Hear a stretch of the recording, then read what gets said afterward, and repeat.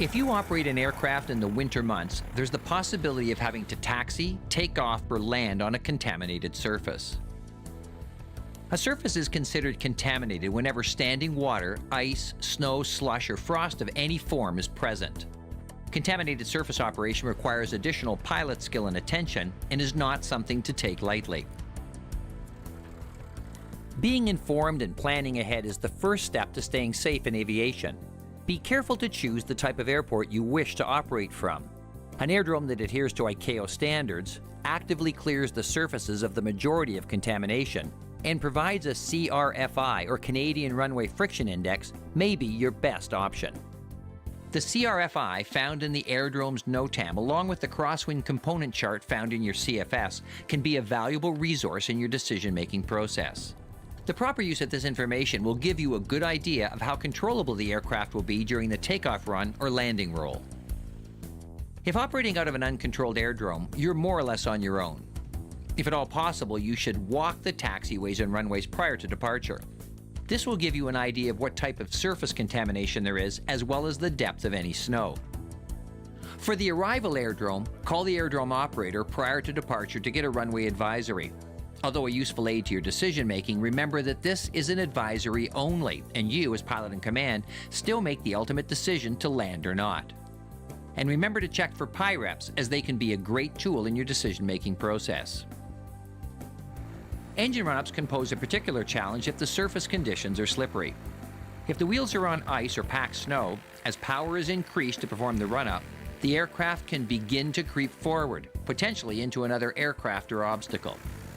It's advisable to perform your run-up while on bare pavement, especially at night, when the aircraft creep can be more difficult to detect.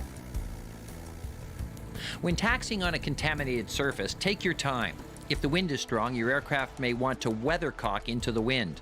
The problem is often compounded by speed and can lead to the aircraft departing the taxiway.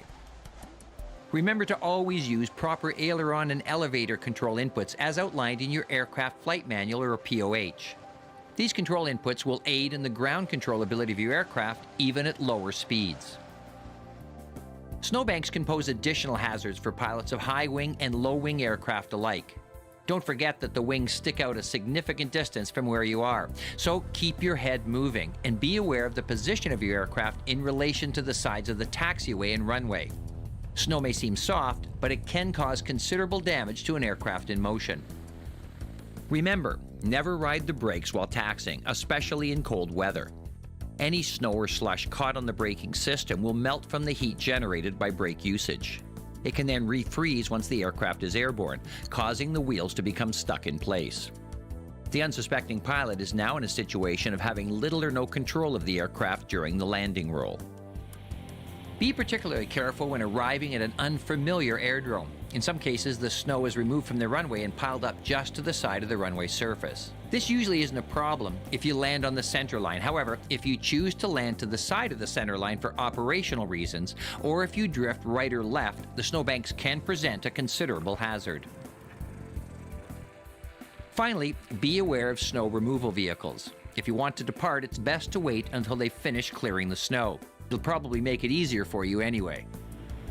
If you're inbound to an uncontrolled aerodrome that's being cleared, you'll need to wait until the snow removal vehicles leave the runway. You may consider diverting to another airport, but make sure you have enough fuel to make it there with at least the proper car's minimum reserves. If you're unable to wait for the runway to be cleared, make a precautionary low-level pass over the runway to alert the snow removal vehicles to your intention of landing. In some cases, they'll be able to leave the runway area and allow you to land. Winter flying can be a lot of fun, but remember to plan ahead. Take your time, and if in doubt about your ability to handle the ground conditions, save the flying for another day.